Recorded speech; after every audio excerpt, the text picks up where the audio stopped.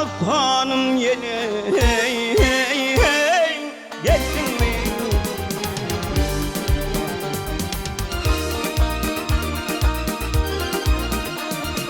Ben sana vereyim bu canım para, yine sen geldin mi benim intizar o cenanım?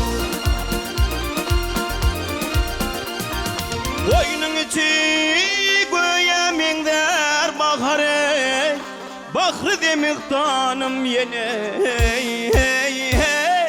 geldin mi?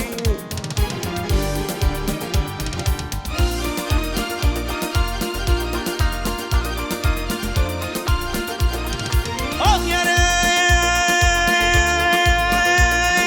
aşıkların ağladı yine mahracı, ay yine mahracı. Hüyüşmek tücüdür ayrılacağım gel acı.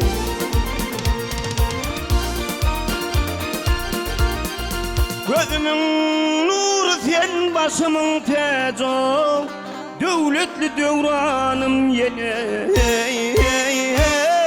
geldin mi?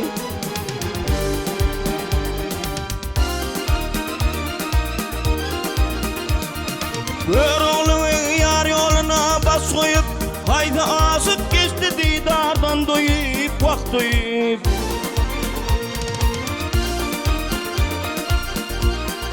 Dinleme ağlar ten zülflerin yayıvım, zülfü veri uşanım yine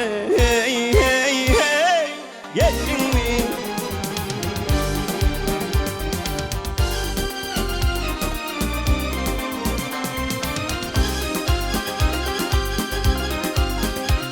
Ay bağlarda bosanım yine